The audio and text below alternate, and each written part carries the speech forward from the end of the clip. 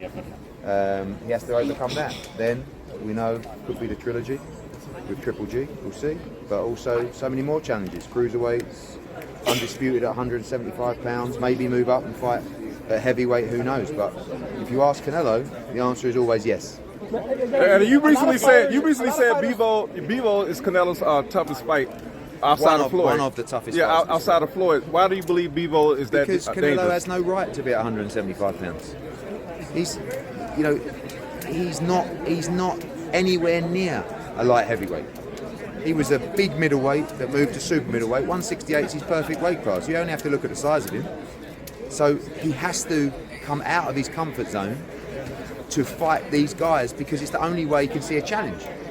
He moves to 168. He beats all the champions in 10 months. 10 months he goes through every champion of the division. What's next? Okay, I have to move up. I have to keep moving up because I need the challenges. And he needs to fight challenges. You guys asked me, what about Charlo? Who's Charlo? He's a middleweight that's never fought anybody. He wants to dethrone champions. In his last 10 fights, he's dethroned 8 champions of their belts. And now he wants to do it again. Eddie, what is it about Matchroom on the zone that Canelo came back? Because we see fighters come to promotions, have a good experience, and move on. But he came back and comes. We just got a great relationship, and we understand it's always business. And the deal has to be right at all times. He's not going to sign a deal with me just because he likes me. The deal has to be right. But if it's ever close, we get the work because we're close. He respects us. We respect him. We're honest. We do everything we say we'll do. He likes the experience. He likes the shows. Wait till you see the entrance on Saturday night. And this is what we live for. To promote the pound for pound #1 of the sport is an honour for me and our business. And we'll always do everything we can to make him happy. In this occasion, we have Canelo Alvarez and the world champion Dimitri Bivol. We're proud of Dimitri Bivol. One of the reasons I know how tough this fight is because I've seen Dimitri Bivol over the years dying out for this opportunity. He just says to me time and time again, please let me show you how good I am. And we'll see how good he is. But he will have to be a pound for pound great to beat Canelo. And do you see Bivol as a more dangerous fighter than Triple G? It's hard to say. I don't think he punches as hard as Triple G, but he's bigger, he's fresher, he has great feet. You talked about him. Now, this is a guy since the age of 5 he's been boxing. He's a 2-time world amateur champion. He was an incredible amateur. He's been undefeated as a professional. He's never been in a tough fight. You've got Joe Smith out there, who's a world champion. He beat him. He didn't even come out of gear to beat Joe Smith. But he hasn't got the resume because no one's wanted to fight him. He hasn't been able to get in those big fights against Kovalev and Beterbiev. He's been crying out for those unifications. So I know what this means to him. But this sport is about levels.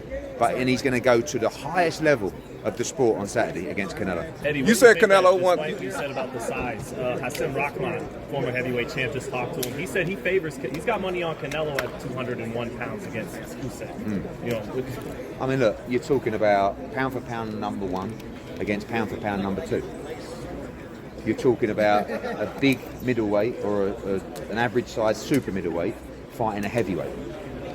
This just shows you the fact that people favour Canelo Alvarez in that fight shows you how widely respected he is in boxing as one of, if not the greatest fighter of all time. Mike Coppin just said to me yesterday, what does Canelo have to do to be recognised as the greatest Mexican fighter or one of the greatest pound for pound fighters of all time? And the answer is retire, because that's the only way you get the recognition. Look at the resume of him, particularly over these last 10 fights. It's incredible. He's 31 years old. It's his 62nd fight this weekend. He says he wants to fight for another 6 or 7 years. What we are witnessing here is probably the greatest fighter of all time before ours. And I'm going to sit in that seat on Saturday and I'm going to say thank you so much for allowing me not just to have a ticket for this fight, but to be promoting this fight and this great fighter. And more than that, a great individual. How do you have the hunger to fight when you have what he has? When he was growing up with nothing, and then all of a sudden dreamed of becoming a world champion, dreamed of having the big house, dreamed of earning the money, dreamed of creating legacy, and has done it all, yet wants it more than ever before. A freak of nature, a great competitor, and like I said, one of the greatest of all time. Eddie, Canelo obviously is with you till the end of the year, but I'm sure he's spoken to you about he wants to make history, and it looks like at light heavyweight, it's going to be Beterbiev or Joe Smith Jr. Has he spoke to you about that and his plans to possibly face him? I mean, the plan right now, of course, is Dmitry Bivol this Saturday. That's the full focus. After that, you've got Gennady Golovkin possible trilogy in September. After that, we talk about a London fight or a Mexico fight to close the year off. And I think realistically, the undisputed 175-pound fight will come in Cinco de Mayo next year. If that doesn't get... Canelo obviously is with you for till the end of the year, but I'm sure he's spoken to you about he wants to make history, and it looks like at light heavyweight it's going to be Beterbiev or Joe Smith Jr. Has he spoke to you about that and his plans to possibly face him? I mean, the plan right now, of course, is Dmitry Bivol this Saturday. That's the full focus. After that, you've got Gennady Golovkin possible trilogy in September. After that, we talk about a London fight or a Mexico fight to close the year off. And I think realistically, the undisputed 175-pound fight will come in Cinco de Mayo next year. If that doesn't get made, I think you have the cruiserweight fight as well. You know, people talk about Usyk, etc. I think AJ will beat Usyk. We'll see, but that's not something that we're actively looking at or negotiating. He just believes he would beat him. Is Benavidez in the mix? Benavidez, I think that's a big fight. But again, I think Saul's mentality is, as I said, the last 10 fights against 8 champions. Give me the champions. Ultimately, the fight against Benavidez and the fight against Charlo are just voluntary defences of his 168-pound title. Would he have to fight Benavidez at 175? Could do, but again, another voluntary defence. If you said to Saul, what would you rather do? Fight Benavidez in a voluntary defence or fight Beterbiev for the undisputed light heavyweight world championship? It's not even a conversation. Benavidez and Jose Benavidez, they genuinely want big fights. It's embarrassing who they're fighting. Charlo, it's embarrassing who they're fighting, time and time again. Why don't you make Benavidez against Charlo? Why don't you make Benavidez against Plant or Plant against Charlo? Because those guys don't seem to want to fight Benavidez either. But like you've got a promotion, you're giving them all these easy fights for all this money. They can't sell. They're not selling these fights. You're just burning money. So get the guys together, make the fights. I don't know Charlo personally. I know Benavidez. I've been around him. He wants big fights. It's their job, the PBC's job, to put him in big fights, and they're not putting him in big fights. He's a very good fighter. A Canelo-Benavidez fight could be a massive fight, but it's nowhere near the size of what it could be. So when you say Charlo doesn't deserve a Canelo fight, do you believe Yildirim was more deserving than Charlo? It was a mandatory. If he didn't fight him, then he would have had to vacate the belts and he couldn't become undisputed at 168. You know what Canelo Alvarez did? During a pandemic, in 10 months, he had 4 fights in 10 months. He boxed Callum Smith and then he was told by the WBC, if you don't fight Yildirim, you lose your belt. Therefore, he can't be undisputed. He went out after fighting in December and boxed in February. Right, during a pandemic to beat Yildirim. Then in May, he boxed in front of 76,000 people at Dallas Cowboys to dethrone Billy Joe Saunders. And then in November, he fought Caleb Plant. You talk about 10 months, he had 4 fights. So I'm not saying that Charlo's not a great fighter, but you're calling Canelo Alvarez out without, who's his next fight against Charlo? Sulecki. Lovely kid. Sulecki. What did you make of Tom Brown coming out with those comments this week about the quality of the PBC offer toward Canelo? It's all right. It's a bit embarrassing because if the offer was so good, why did he choose to come with us? Yeah.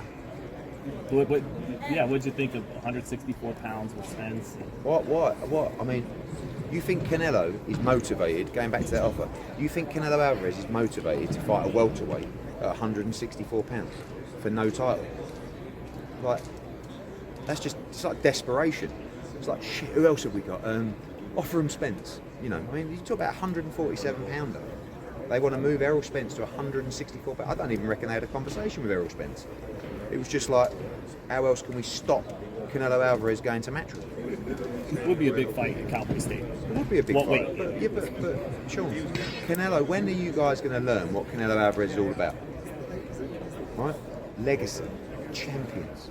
Of course, he wants to make money, but he wants to go in there on Saturday as a challenger against Dmitry Bivol and rip the belt off him and take that back to the change room, put it down, and have the photos and say, I nicked another one. What about the old eye test? What you say is true. They don't have titles right now. Charlo and Benavidez is 68 or 75, but to fans who say, I watched them fight, I think they're more dangerous fights than Ryder, Bivol, and Beterbiev. Well, he hasn't boxed Ryder yet, and he hasn't boxed Beterbiev. How can you say that Charlo is a tougher fight than Beterbiev? Are you mad? How can you say that Charlo is a tougher fight than Dimitri Bivol at 175 pounds? Absolute rubbish. Who has Charlo ever beat? Tell me the names of someone Charlo's beaten. J-Rock was unified champ. Yeah. Went on to become Ring Magazine unified Okay. champ. Go on. Austin Trout. What? Come on. You asked At what that. stage? Yeah, but what stage? I mean, you're talking about. Go on, keep going. Sergey Derevianchenko. Okay. H would be a good fight. Still struggling to see any. You know. His core boss is I test Montiel. Now tell me the recent run. Tell me the Montiel? last 3 fights. You talking about the Montiel fight? Sulecki, Well, coming out Sulecki, Montiel. What do you think about that performance? Terrible. But I don't blame Charlo because he's fighting the guy he's not even motivated to fight. Charlo's an outstanding fighter, but you're not going to see that unless he steps up and fights a real fight. Just put him in with Plant. Put him in with Benavidez. Do you What believe? about Boo Boo? Can we do the I think Benavidez could be the best of all those 3. Do you believe Demetrius Andre ever deserved the Canelo fight?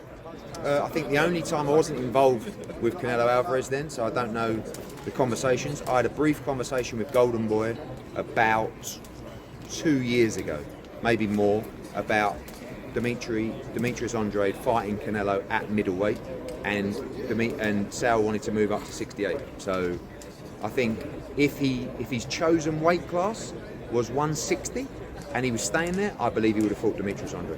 Why was it so hard for Demetrius to get fights in general? Like, 'cause, He's very good. He's very good. He's very awkward, and he doesn't generate the interest that can pay these guys the money they need for the risk involved in fighting Demetrius. So what should he do now? Since like potentially. Well, he's injured now. He's out of the Zach Parker fight, so Yeah. I think he has to reschedule that fight. Try and become mandatory at 168. If Canelo is at 168, I think he'll fight him. If he's not, then the belts will become vacant as Canelo moves to 175. He can become a 3-division champion. He's a brilliant fighter, Demetrius, but I feel bad for him because I would love to see him get that opportunity to achieve greatness and fight a huge. You think he should go to the PBC and kind of try to make those fights to kind of build? Because I Probably, know. Yeah. Well, we've agreed to that this fight will be his last fight with us because I can't get in the fight, and if I can't get in the fight, he's wasting his time being with me. We've worked very well together. He's made a lot of money. We've kept him active, but I can't deliver him the fight that he needs. And if I can't deliver him, he should look elsewhere. I've heard talks of Canelo possibly facing John Ryder. Or I just think that if he fights in London, if he fights in London in December, look, the December fight is not going to be better behaved. If he fights as quickly as that after the September 17th fight, then he'll probably face one of his mandatories. If he stays at super middleweight, that'll be John Ryder. If he's up at light heavyweight, that could be the winner of Waxy Richards. But those fights only make sense in London. So fighting a Brit. what about Maki? Who? For cruiserweight. I think that could be an option for Mexico. I mean, I think if he fights in December, he either fights in London or he fights in Mexico. Because he told us yesterday, I want to bring to Mexico a belt fight. I can give nothing less. Yeah. So the cruiserweight fight That would be a is good fight for Mexico. Yeah. Eddie, can people pre-order a pay-per-view right now? Yes. How do they do it? Just go. The Zone pay-per-view. Thanks, Eddie. All right, guys. Thanks, Eddie. man. Appreciate it. Thanks for giving time.